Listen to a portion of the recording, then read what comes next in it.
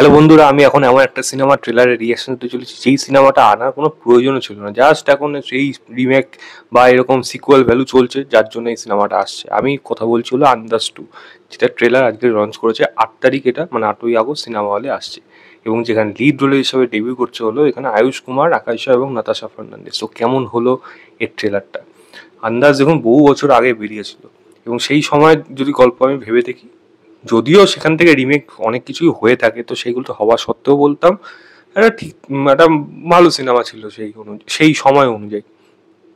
ওই একই ফরম্যাট যদি এত বছর পর আবার নিয়ে আসে, সেটা কি এখন কি সেরকমভাবে চলবে? তার মধ্যে যাদের নায়ক নায়িকা, সেটা বড় কথা না, কারণ সাইয়ারা প্রমাণ করে দিয়েছে, কিন্তু প্রোমো, গান, এগুলো যদি সেরকমভাবে লোকের অ্যাপিল না হয়, গানগুলো যদি আপনি শোনেন, আপনার মনে হবে আপনি 20-25 বছর পিছিয়ে গেছেন। ওই সময় গান চলে আসছে 2001, 2, 3 এরকম সময় যেরকম গান হতো, 5, 4, 5 ওরকম সময় ওরকম ধরনের গান, তবুও শুনতে ভালো লাগছে না। ওই গানগুলো তবুও শুনতে ভালো লাগে, কিন্তু এখানে গানগুলো শুনতে ভালো লাগছে না, কারণ সিনেমাটা বানিয়েছেই এরকমভাবে, জানে এই সিনেমা চলবে না, পরিষ্কার কথা। জাস্ট লঞ্চ করা, এবং বিভিন্ন ধরনের সোর্স থাকে, এর ছেলে ওর মেয়ে এই বিভিন্ন জায়গার থেকে আসবে, এবং সেই জিনিসগুলো এখানে বারবার করে আসছে এবং নাম দিয়ে দিয়েছে আন্দাজ টু। তো আমার মনে হয় এই সিনেমাটার অবস্থা কিন্তু ইক্স যেরকম রিবাউন্ড যেরকম হয়েছিল সেরকমভাবেই কিন্তু ধেরাবে। এবং এই সিনেমাটাও খুব সম্ভবত আঁখো কি গুস্তাখিয়া যে রেকর্ডটা করেছে এই সময় এসে, সেটার রেকর্ডও কিন্তু ভেঙে যাবে। মানে লোক আদৌ যাবে নাকি ডাউট আছে সিনেমা হলে দেখতে।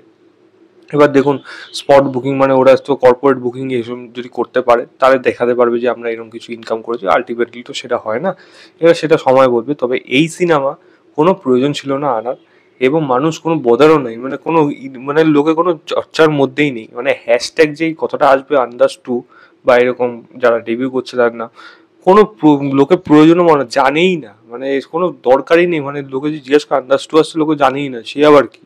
আন্দাজি হয়তো লোকে ভুলে গেছে, অনেক কত কত লোকে আন্দাজ এসেছিল না, হ্যাঁ অক্ষয় কুমার ছিল, এরকম ভাবে মনে করবে।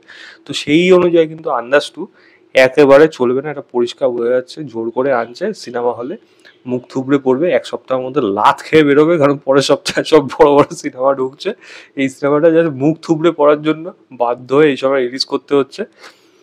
বাকিটা তো সময়ের ব্যাপারে, যে কি কত টাকা ইনকাম করে আদৌ 1 কোটি কোনটি বেরোয় নাকি, সেটাই এখন বড় বিষয়। নাকি লাখেই শেষ হয়ে যায়, সেটা কিন্তু দেখার মতো বিষয় হবে। দেখা যাক, আমি লিঙ্কটা দিয়ে রাখছি, আপনাদের দেখার ইচ্ছে হলে দেখুন, আপনাদের ব্যাপার, বাকিটা আপনারা বলবেন। তো এই ছিল আমার ওভারঅল ট্রেলার রিয়াকশন অফ আন্দাজ টু।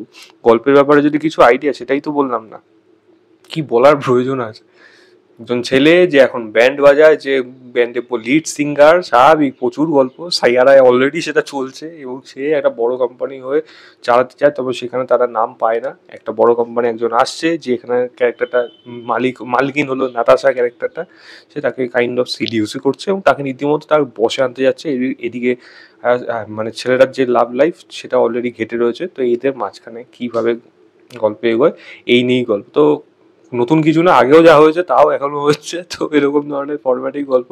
আপনারা দেখে জানান আপনাদের কতটা খারাপ লেগেছে, এটাই যাই হোক যেটা বলবেন। ভিডিওটা ভালো লাগলে লাইক শেয়ার, চ্যানেলটাকে অবশ্যই সাবস্ক্রাইব করে দেবেন। বাই।